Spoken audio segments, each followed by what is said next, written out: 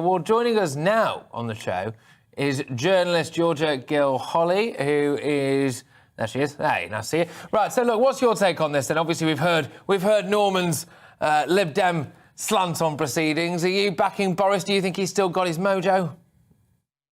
It depends what you mean. I think when we have stories like this, you know, for example, the Peppa Pig comments, the very odd noises, him quite awkwardly pausing during the speech, it is bound to make headlines and bound to attract attention and cause speculation in the news cycle. But I think in terms of right now and going forward the next few months, I can't imagine, you know, a situation where there'll be an actual leadership challenge. I think it's more about sort of quite embarrassing, cringe-worthy incidents like this, which are not very prime ministerial.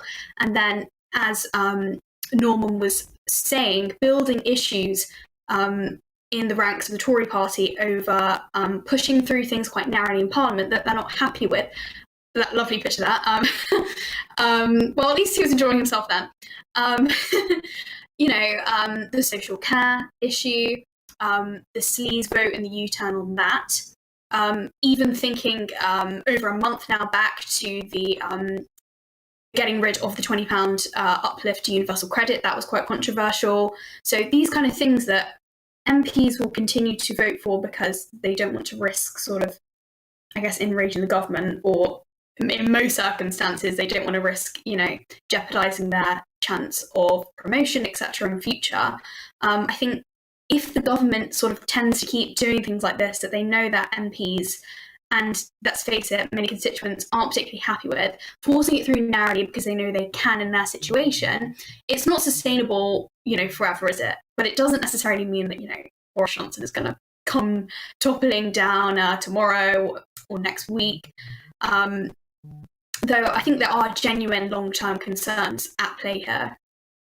Georgia, you're a political journalist, and obviously a big part of your job is to speak privately to MPs, Tory MPs included, so-called off the record.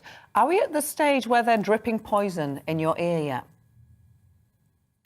Not me personally, though. I think it takes, you know, a cursory glance at this morning's front pages to tell that with many national newspapers, that has been the case this morning, and also over the past 2 weeks. People absolutely enraged over what happened with Owen Paterson and obviously the subsequent U-turn.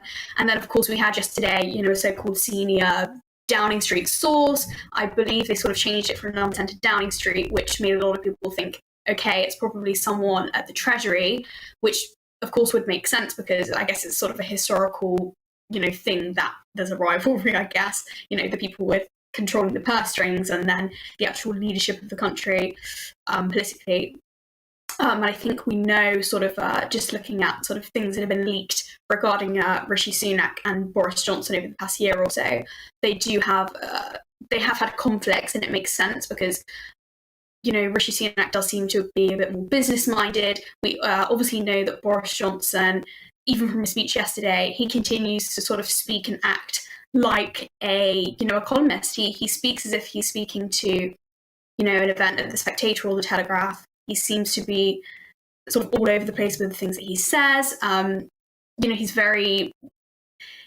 he's not necessarily logical in the way he speaks. He's more sort of overly opinionated, but not in a necessarily constructive way.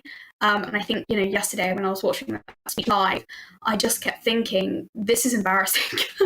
The way that he conducts himself, he just comes across as fundamentally unserious.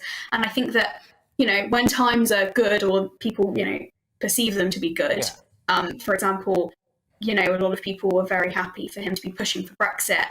I think people are okay with him sort of being jokey, but when the headlines are sort of not in his favour, we have rising cost of living, we've had the scandal, as I just mentioned, over the past couple of weeks. I just don't think it's a good look, to be honest.